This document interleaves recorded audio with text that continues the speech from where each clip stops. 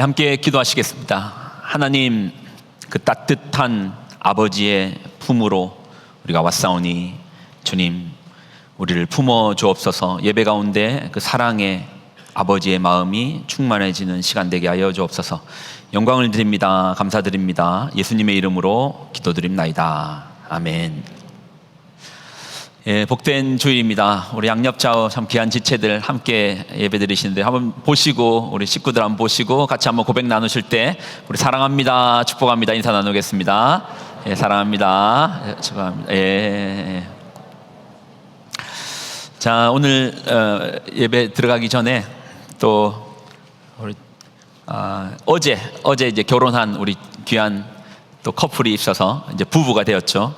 잠깐 소개하고 가고 싶네요. 자, 우리 서봉규 또 우리 혜린이 앞으로 한번 잠깐 나와서, 이 둘이 부부인 줄 알아야지 나중에 또 혜린이한테 누가 또 고백하는 사람 없잖아요. 예, 그러니까 이게 미리 앞으로. 자, 봉규도 아유, 하여튼 내가 지금까지 본 것 중에 가장 깔끔하게 멋있게 나왔네. 예, 자, 앞에 한번 이 둘이 부부가 되었음을 여러분 축복하시면서, 예. 천천히 앞으로 다 사람들 보게. 제가 둘이한테 이제 특송을 부탁했는데 둘 다 제일 못하는 게 노래라네요. 그래서 특송은 빼고 이 아름다운 이제 부부가 또 탄생했습니다. 뭐 여러분 뭐 잘 알잖아요. 뭐 이미 살아봐서 아는데 부부 생활 만만치 않다는 거 아시지 않습니까? 예. 그래서 마음 한편에는 니도 죽어봐라라는 표정으로 다 지금 바라보고 계시지 않습니까? 이 두 부부가 또 앞으로 하나님 나라를 이루는데 여러분의 기도가 필요하고, 또 이들을 통해서 또 우리 청년회에 산 소망이 있길 바랍니다. 우리 청년회 요즘 나이대가 많으신 어르신들이 계속 청년회에 등록하시는데 저는 좀 충격이었던 게 봉규가 장가갈 줄 몰랐거든요. 예. 얘만큼 자유로운 영혼이 없는데 얘가 장가갈 줄 몰랐고, 또 그 상대가 혜린이일 거라고는 정말 생각도 못했는데 코스타 수련회 갔다가 둘이가 은혜는 안 받고 서로 또 서로만 또 연애 상담만 하고 와가지고 결국 이제 결혼까지 이렇게 성공하게 되었습니다. 자, 이 둘이를 한번 축복하면서 같이 한번 기도하겠습니다. 하나님, 우리 봉규 혜린이 주님의 뜻하심 가운데 이제는 한 몸으로 부부로 불러주셨습니다.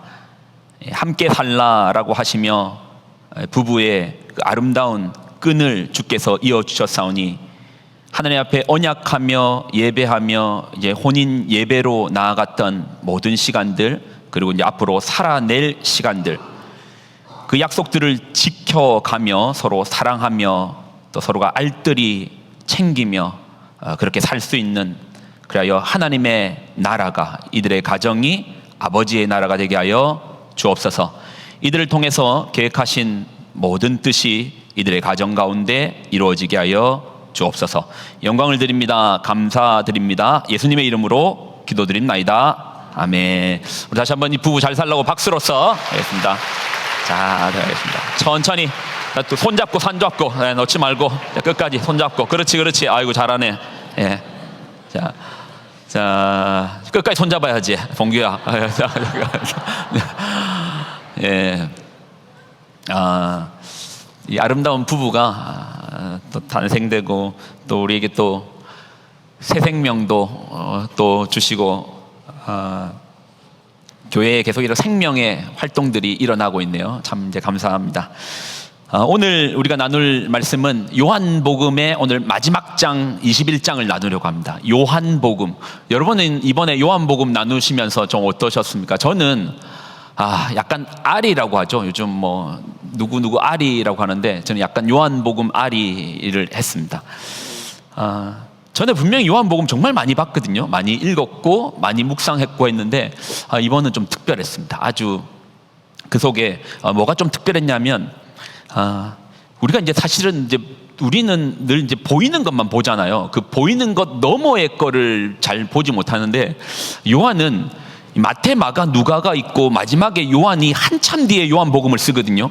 그래서 마태가 말했고 마가가 말했고 누가가 말했던 걸 굳이 한 번 더 반복하지 않아요.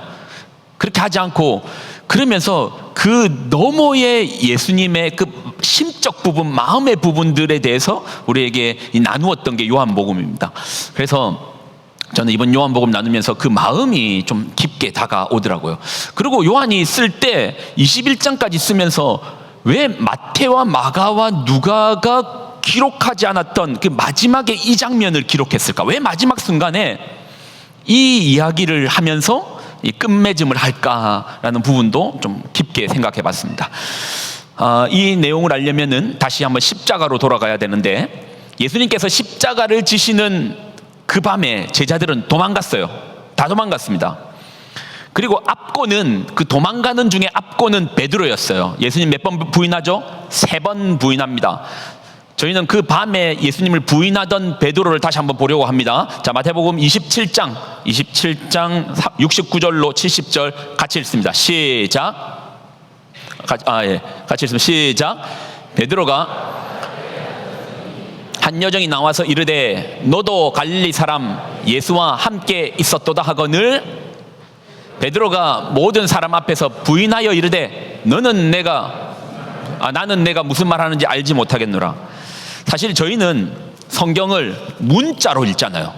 지금은 뭐 유튜브로 이제 설교를 다 들어서 이제 말의 어감을 듣는데, 성경이 기록될 때는 이제 문자로 기록되어 있고 우리는 문자로 봅니다. 문자의 함정은 뭐를 드러내지 못하는가? 말의 질감, 어감을 잘 드러내지 못합니다. 같은 말인데도 어감에 따라서 내용이 확 바뀌어요. 여보, 최 사장님 아세요? 나 잘 모르는데. 여보, 어제 내 친구가 당신이 최 사장이란 여자랑 같이 있는 거 봤다던데. 아니, 이 여자가 아침부터 무슨 소리는, 나 전혀 모른다니까. 같은 모른다의 말이지만 질감이 달라요. 베드로가 예수님을 모른다고 했습니다. 근데 이제 문자를 보면은 그 행간의 분위기 속에서 그 말에 이제 우리가 질감을 3번 부인하기 때문에 3번의 질감이 다 다르거든요. 그 질감을 좀 느껴야 되는데, 내가 당신도 예수랑 같이 있는 걸 본 것 같은데? 이 여자가 무슨 소리야? 나 그 사람 모르는데? 베드로는 예수님이라고 부르지 않습니다. 그냥 그 사람이라고 말합니다. 나 그 사람 모르는데? 자, 두 번째 부인은 좀 더 강도가 세워집니다. 자, 72절입니다. 72절 같이 읽습니다. 시작. 베드로가 맹세하고 또 부인하여 이르되 나는 그 사람을 알지 못하노라 하더라. 맹세가 들어갑니다. 이 당시에 맹세는 하나님께 맹세하는 겁니다. 저 사람 나사렛 예수와 함께 있었던 사람 아니야? 이 여자가 미쳤나? 내가 하나님께 맹세하는데 나 그 인간 절대 몰라. 세 번째 부인은 한 가지가 더 붙습니다. 자, 74절이죠. 74절 뭐가 붙습니까? 저주가 붙습니다. 자, 같이 읽습니다. 시작. 그가 저주하여 맹세하여 이르되 나는 그 사람을 알지 못하노라 하니 곧 닭이 울더라. 분명 예수랑 같이 있었는 걸 내가 봤어. 저 사람 예수랑 같은 편이야. 이 양반들이 미쳤나? 그리고 제가 차마 말 못하겠습니다. 분명히 예수님을 향해 욕했을 겁니다. 베드로는 분명 예수님을 향해 욕하면서, 죄송합니다, 저 자식을 내가 알면은 저주를 받고 말지, 나 전혀 몰라. 베드로는 3번에 걸쳐서 예수님을 부인했습니다. 십자가의 질고를, 고통을 당하시는 그때의 베드로의 모습은 이랬습니다. 자, 또 한 가지 우리가 더 살펴볼 것. 베드로가 예수님을 부인할 때 베드로는 어디 있었고 예수님은 어디 있었을까? 예수님은 어디 있었고 베드로는 어디서 예수님을 부인했던가? 자, 누가복음 22장 60절입니다. 60절로 62절. 자, 같이 한번 읽습니다. 시작. 나는 내가 하는 말을 알지 못하노라. 아직 말하고 있을 때에 닭이 곧 울더라. 61절. 돌이켜 베드로를 보시니 베드로가 주의 말씀 곧 오늘 닭 울기 전에 내가 3번 나를 부인하리라 하심이 생각나서 밖에 나가서 심히 통곡하느라. 베드로는 어디 있었죠? 예수님을 부인하는 그 밤에 베드로는 어디 있었습니까? 예수님 뒤편에 있었습니다. 그리고 히브리어도 마찬가지지만 헬라어도 그 단어가 가지고 있는 어감들이 좀 있어요. 그러니까 이제 어떻게 썼냐면, 본다도요, 힐끔 보는 게 있고요, 응시하여 바라보는 게 있습니다. 예수님께서 베드로가 당신을 부인할 때 예수님께서 베드로를 봤던 것은 힐끔 본 게 아닙니다. 응시하여 봤습니다.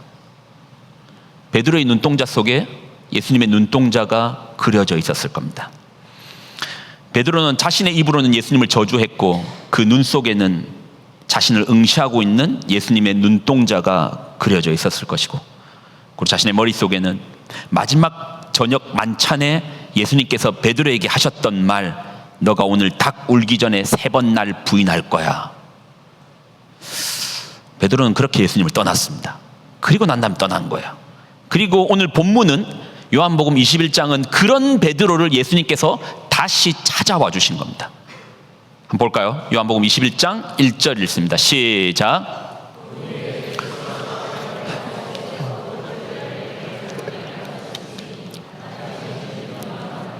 또 제자들에게 자기를 나타내셨으니 나타내신 일은 이러하니라. 또 제자들에게 나타나셨습니다.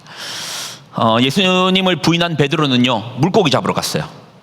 예수님을 떠나 물고기 잡으러 갔습니다. 이 물고기 잡는다는 게 단지 낚시하러 갔다는 게 아니고 제자의 삶을 포기하고 예전의 삶으로 돌아간다라는 의미겠죠. 자, 그러면 여기서 질문. 베드로는 예수님이 부활하신 걸 알고 갔을까요? 모르고 갔을까요? 이거 중요하죠. 그냥 십자가 사건만 바라보고 끝났다, 더 이상 예수님께서는 내 삶에 없어졌구나, 끝났다 하고 물고기 잡으러 가는 거랑 예수님의 부활을 목격하고 알고 그분이 부활하셨구나를 알고 물고기 잡으러 가는 거랑 달라요. 그럼 여러분 생각에는 베드로가 예수님이 부활하신 걸 알았을까요? 몰랐을까요? 베드로가 예수님이 부활하심을 알고도 물고기 잡으러 갔을까요? 아니면 모른 채로 십자가에서 끝났구나라는 상황에서만 갔을까요? 이게 중요합니다.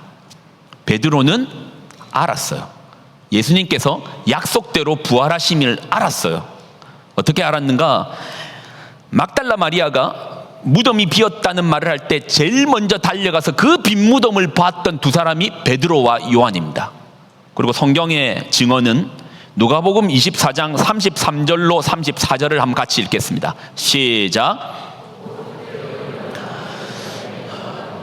11 제자 및 그들과 함께한 자들이 모여 있어 34절 말하기를 주께서 과연 살아나시고 누구에게? 시몬에게 보이셨다 하는지라.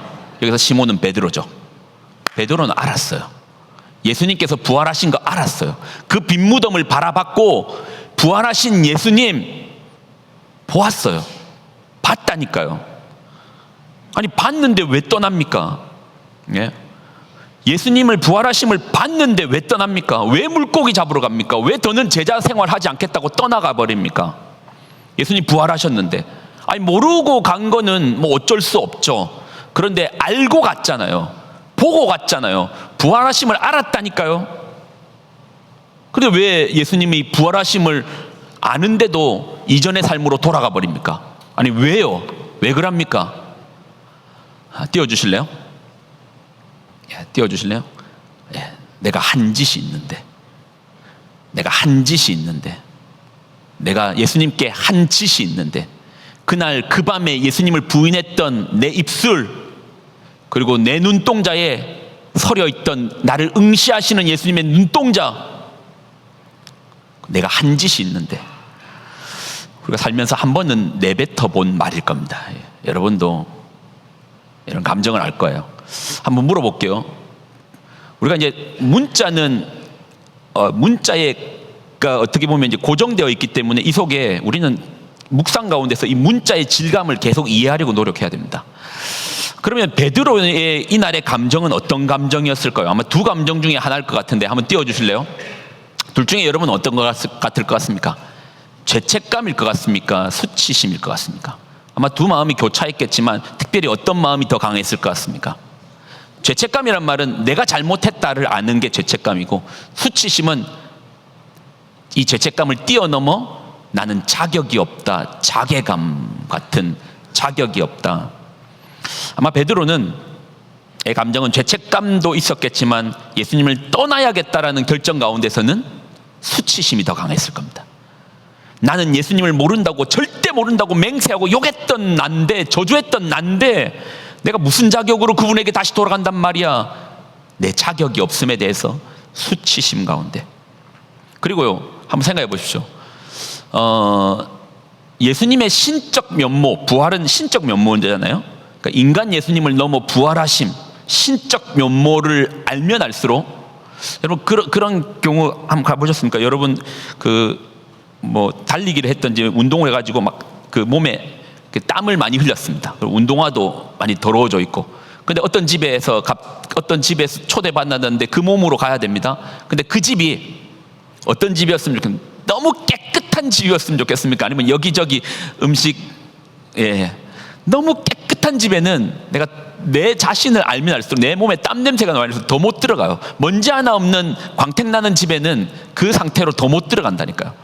갔는데 그냥 앞에 입구부터 짜장면 그릇 있고 하면 그나마 좀 편하게 들어가는데, 너무 깨끗한 집에 못 간다니까요. 그런데 그 예수님, 부활하신 예수님 앞에 내가 나를 아는데 어떻게 그분 앞에 가겠습니까? 왜 부활하신 예수님을 떠났는가?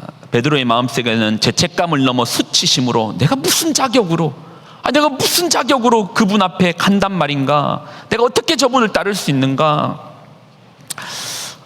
그런 절망과 실패, 깊은 수치심에 빠져 있는 베드로에게 누가 찾아오셨죠? 예수님께서 다시 오신 거예요. 요한은 그걸 얘기하려고 하는 거예요. 요한복음 21장에 그걸 얘기하고 싶은 거예요. 자, 요한복음 21장 4절로 6절 다시 읽습니다. 4절로 6절입니다. 시작.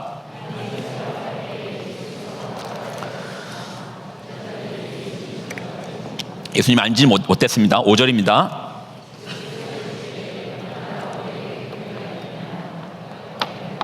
이때까지도 베드로도 그렇고 다른 제자들도 몰랐을 겁니다. 부활하신 몸인 예수님을 몰랐을 겁니다. 자, 6절 읽습니다. 시작.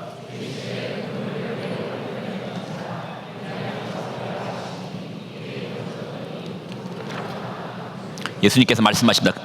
그물을 오른편에 던져라. 밤새 물고기를 못 잡았는데 예수님께서 그물을 오른편에 던져라. 그리고 그물을 잡아 당깁니다. 묵직합니다.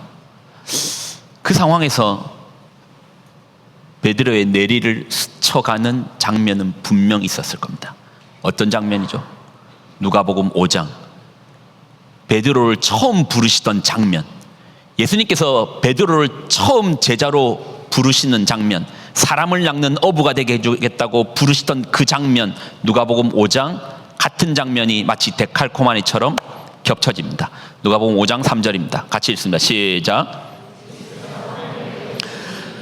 시몬의 배라 육지에서 조금 떼기를 정하시고 앉으사 배에서 무리를 가르치시더니 4절 말씀을 마치시고 시몬에게 이르시되 깊은 데로 가서 그물을 내려 고기를 잡으라. 5절 시몬이 대답하여 이르되 선생님 우리들이 밤이 새도록 수고하였으되 잡은 것이 없지만은 말씀에 의지하여 내가 그물을 내리리라 하고 6절 그렇게 하니 고기를 잡은 것이 심이 많아 그물이 찢어지는지라.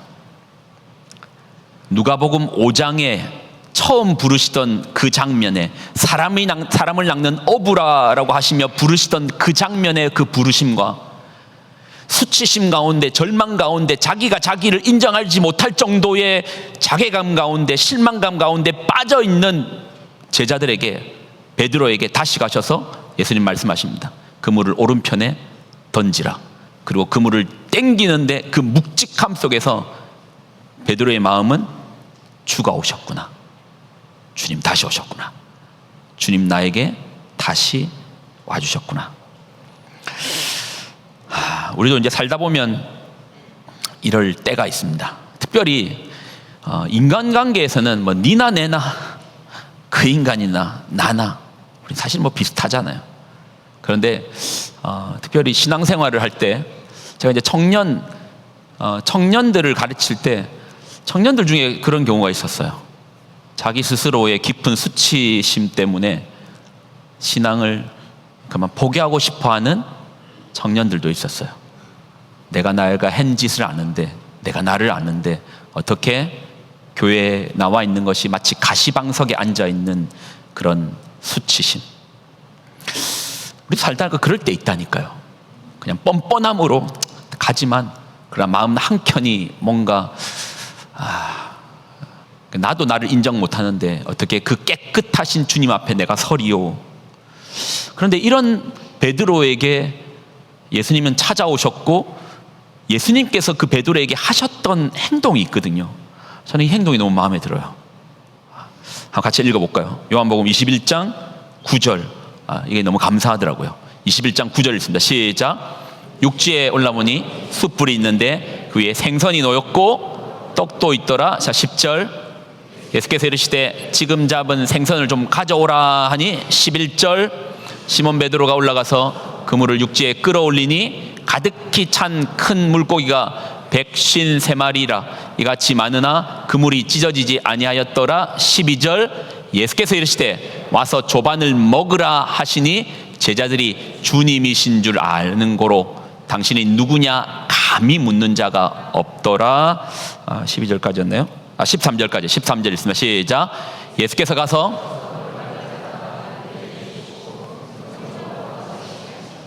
수치심과 절망감 가운데 있는 제자들에게 다시 예수님 찾아오셨어요. 그리고 예수님 뭐라고 말씀하셨죠? 네가 그날 나한테 그럴 수가 있냐? 너희들 지금까지 나랑 같이 산 생활이 며칠인데 어떻게 다 한 놈도 남아있는 사람 없이 다 도망가냐? 그렇게 말씀하셨습니까? 아니요. 냉면 한 그릇 하자. 커피 한잔 하자. 밥 같이 먹자. 밥 같이 먹자. 여러분 혹시 여러분 주변에 그런 비슷한 절망과 어려움이 있는 사람 있습니까? 그러면 오늘 예수님의 그 행동이 말이 아닌 그 행동이 여러분의 행동이기를 또 저의 행동이기를 축원합니다. 아멘이십니까? 그냥 밥 한 것 하자. 같이 밥 먹을래? 우리 따뜻한 밥 한 그릇 같이 먹자. 예수님은 밥 먹자라고 하셨어요. 그 제자들에게 다시 오셔가지고 밤새 고생했지 밥 먹자라고 하셨어요. 생선을 구우시고 떡을 구우시고 그 새벽에 그 추위 가운데 있는 제자들을 위하여 숯불을 피우시고 배고픈 허기진 제자들을 위하여 밥 먹자. 제자들 몰랐을까요? 알아요. 그 마음 알아요. 근데 우리는요 늘 이제 사실은 내면을 보는 힘이 별로 없어요. 사람의 그 속을 들어보고 마음을 살피는 힘이 없어요. 그러니까 늘 하는 말이 저 사람이 무슨 말 했는 줄 알아? 저 사람이 어떻게 행동했는 줄 알아? 늘 하는 말이 무슨 말 했다, 무슨 행동했다. 한 뉴스 보십시오. 정치 뉴스 보십시오. 맨날 몇 년 전에 무슨 말 했다더라, 몇 년 전에 어떤 행동했다더라, 몇 년 전에 어떤 집회 가가지고 그런 말 했다더라. 우린 거기밖에 못 살펴요. 내면을 보는 힘이 없거든요. 사람의 마음을 읽어내는 힘이 없거든요. 만약에 우리의 방식으로 베드로를 봤다면 베드로가 그날 무슨 말 했는 줄 알아? 베드로가 그날 어떤 행동했는 줄 알아? 절대 제자의 자격이 없어. 근데 예수님은 마음을 살피는 거야. 오늘은 요한복음의 마지막 장이라고 했습니다. 그 끝에 요한은 예수님께서 제자들에게, 자신에게, 베드로에게 다시 제자로 콜링하시는 장면을 부르시는데 제가 이 복음서를 통해서 마지막에 느꼈던 감정은 어쩌면은 진짜 제자로의 부름은 누가복음 5장의 부름이 아니라 요한복음 21장의 부름이 진짜 부름이구나. 진짜 제자로의 부름은 누가복음 5장의 부름이 아니라 혈기왕성해서 나 뭐든지 다 할 수 있을 것 같은 그런 상황 가운데 부름이 아니라 실패와 좌절과 절망 가운데 나도 나가 꼴보기 싫을 정도의 넘어진 가운데 있는 그들을 부르시는 거예요. 제자로요. 그리고 뭐라고 하십니까? 한번 띄워주실래요? 내 양을 먹이라. 내 양을 돌보라. 그러니까 치라가 이제 돌보라잖아요. 내 양을 먹이라. 어떻게 보면 베드로가 우리가 볼 때는 그 실패가 넘어짐이 그 수치심이 인생에 없었으면 좋겠는데 어쩌면 정말 예수님의 제자로서 목자로서 양을 치는 자로서의 관문 가운데는 자기가 인정되지 않을 정도의 넘어짐의 순간이 필요하지 않았을까요? 사진 하나 보여주실래요? 어제 우리 구원기 누군지 아시겠습니까? 예, 그때 특송하는 거 봤죠? 우리 구원기 성도님 아이들 4명 또 이렇게 어제 이제 새벽에 이제 갔죠. 오늘 새벽에 이제 가고 우리 소장님이 너무 애써주셨는데 이제 이렇게 갔습니다. 근데 이제 어떤 일이 있었냐면 사실 뭐 여러분 생각에는 왜 어제 갔지 할 거예요. 왜냐하면 저희가 특송 들었던 시간이 벌써 몇 주 전이고 이제 간다고 빠이빠이 하고 박수 치주고 잘 가세요 하고 했죠. 그렇게 해서 잘 가세요 했어요. 그리고 이분이 공항으로 갔죠. 티켓 다 하고 요즘 뭐 티켓값 비싼 건 다 아시잖아요. 티켓 끊어가지고 공항에 들어갔습니다. 이제 잘 사시오 포옹하고 격려하고 들어갔습니다. 근데 다시 그 공항 문으로 다시 나오는 거예요. 왜 나왔는가? 아이들을 데려가려면은 서류를 준비해야 되거든요. 근데 서류를 준비 안 한 거예요. 그럼 서류를 준비하라고 말 안 했느냐? 서류 준비하라고 얘기했죠. 그래서 자기도 서류를 준비하려고 했대요. 그래서 서류를 준비하려고 가서 관공청에 물어보니까 시간이 오래 걸리는 거예요. 그래서 안 했대요. 그리고 그냥 가신 거예요. 그리고 그냥 공항에 가니까 아니 필리핀 공항 입장에서 이게 유괴인지 데리고 가는지 어떻게 알아요? 그러니까 다시 빠꾸 시킨 거예요. 비행기표 날아갔죠. 저는 그냥 듣기만 들었는데도 죄송합니다. 징글징글 하더라고요. 아니 아빠가 돼가지고 아니 애들 데리고 나가는데 자기가 해야 될 것 좀 다 하고 좀 가시고 이 비행기표가 사람이나 적습니까? 예. 한 명 보내는 것도 아니고 지금 몇 명을 지금 보내는데 그래서 다시 준비해가지고 갔죠. 근데 만약에요 여러분 누가복음 5장의 베드로였다면은 나는 이제 할 만큼 했거든. 나머지는 당신이 알아서 와서 당신이 제대로 준비 안 하고 이렇게 해가지고 했으니까 이제는 나한테 오지 말고 가서 당신이 무슨 아마 그렇게 했을 거예요. 네, 요한복음 21장에 다시 부름받은 베드로는 그렇게 행동하지 않았을 겁니다. 나의 실패를 경험했으니까 나도 나를 아니까. 우리 입장에서는 어쩌면은 예수님의 입장에서 생각해 보면 제자로서의 부름 가운데 그 마지막 코스는 너 참 잘했다. 야 어떻게 너 마지막까지 이렇게 십자가를 지고 나를 따를 생각을 했냐가 아니라 실패의 현장이었을 겁니다. 실패를 경험한 베드로 그 후에 주님께서 말씀하시는 거예요.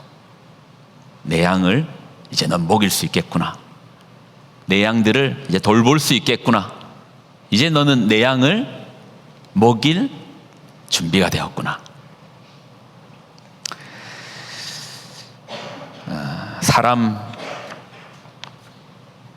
사실 사람만큼 죄송합니다.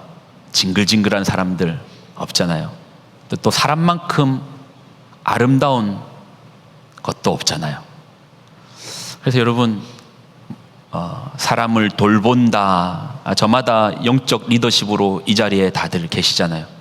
사람을 주께로 인도한다, 이끈다, 돌본다가 쉽던가요? 그래서 저희는 저희 만나 새생명교회 훈련 코스 중에 늘 최고의 훈련 코스는 마을장 코스라고 해요. 마을장이란 시간을 통해서 사람을 경험하고 또 때로는 배신도 당하고 때로는 절망도 느끼고 그 가운데 누구를 알죠? 예수님을 알아요. 그래서 그렇게 주님을 만나가는 거더라고요. 여러분은 어떠신가요? 여러분은 어떻게 사람을 대합니까? 그리고 또 여러분이 받은 사랑은 무엇입니까? 여러분 우리가 신앙생활하면서 나에게 실망할 때 있습니다. 그래서 내가 저 사람 보기가 미안해서는 말이 되지만 그러나 우리가 절대 말이 안 되는 한 가지는 있습니다. 주님 보기 미안해서 못 가겠다라는 건 말이 안 돼요. 우리 주님은 이런 나라도 언제나 따뜻하게 품어 주실 겁니다. 우리 이 찬양 같이 한번 나누고 싶은데 십자가 전달자 우리 찬양팀 같이 좀 준비해서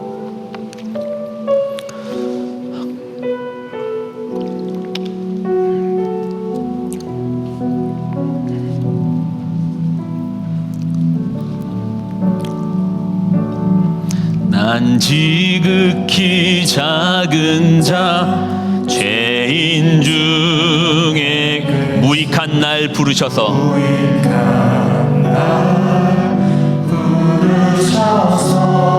간절한 기대와 소망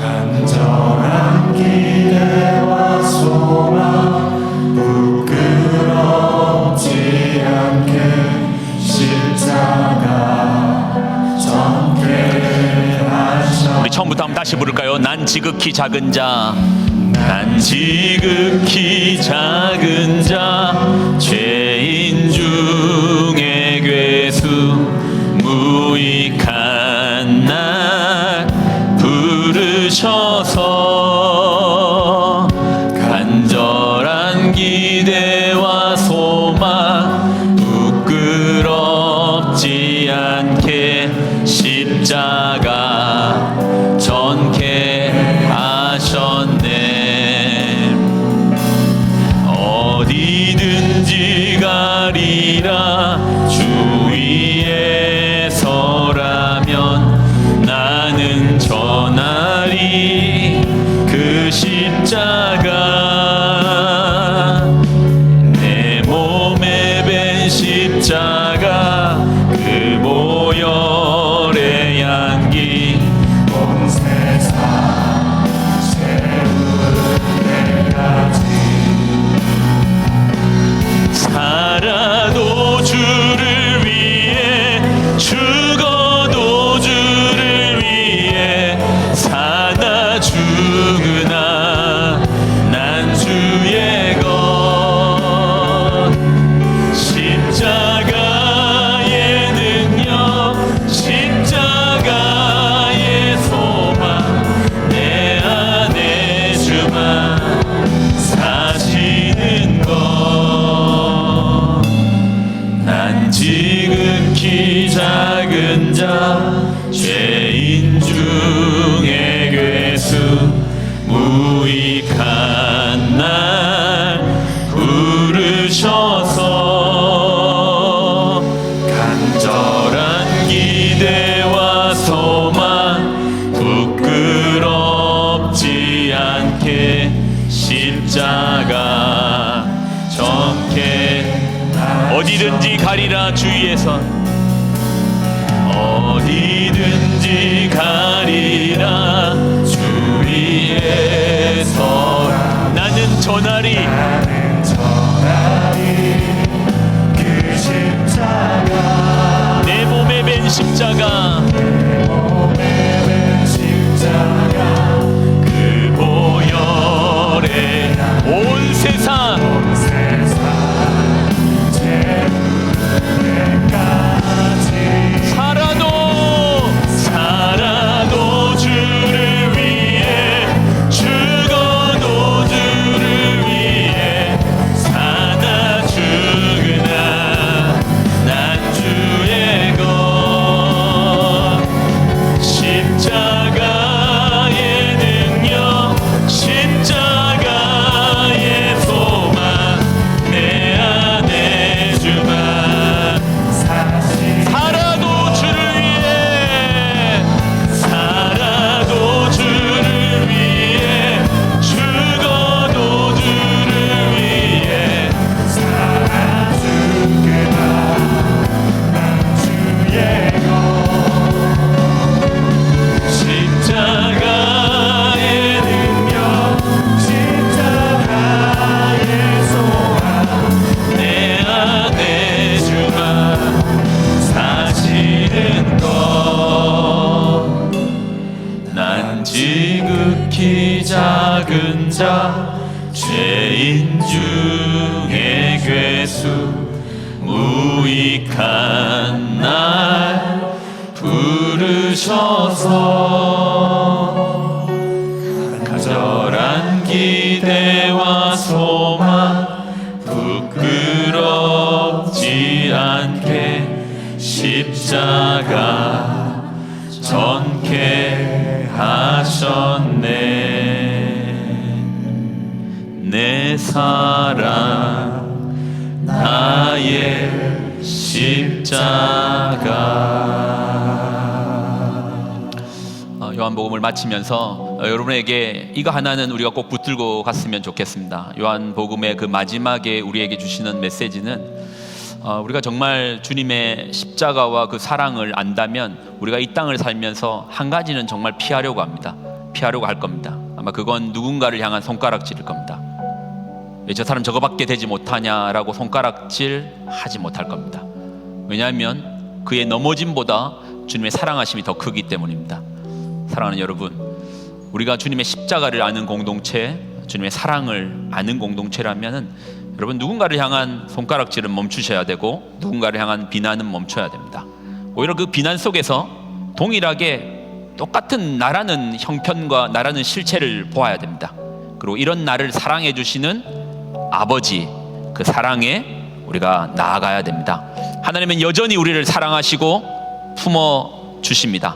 오늘 그 사랑이 우리를 자유케 할 것이며 그 사랑이 우리로 살게 하여 주실 겁니다. 기도하겠습니다. 하나님, 주신 말씀을 귀하게 붙듭니다. 요한복음을 통하여서 우리에게 주셨던 그 깊은 사랑의 편지들을 우리가 보았습니다. 참 사랑하심, 끝까지 사랑하심, 그리고 다시 사랑하심. 나도 내가 인정되어지지 않아, 나도 내가 싫을 때, 그러나 이런 나라도 사랑해 주시는 분이 있음을 우리가 오늘 말씀 속에서 붙잡고, 이런 사랑받은 존재, 십자가로서 사랑이 증명된 존재, 우리가 이 땅을 살면서 누군가를 손가락질하며 미워하며 누군가를 저주하는 그러한 우리는 사라지게 하여 주옵소서. 오히려 그러한 모습 속에서 나의 실체를 발견하고 이런 나라도 품어주시는 아버지의 사랑 가운데 감격하는 우리가 되게 하여 주옵소서. 이제는 우리 주 예수 그리스도의 은혜와 하나님의 무한 극진하신 사랑하심과 성령님의 교통 동행 충만하심의 역사하심이 주의 십자가의 사랑에 깊은 사랑 가운데, 그 사랑 가운데 다시 사랑해 주시는 그 사랑 가운데 살아내며 또 사람을 사랑하며 살기로 작정한 귀한 성도들의 삶과 가정과 그들의 자녀들의 머리머리 위에 이제로부터 영원히 항상 함께하여 주시기를 간절히 축원드리옵나이다. 아멘.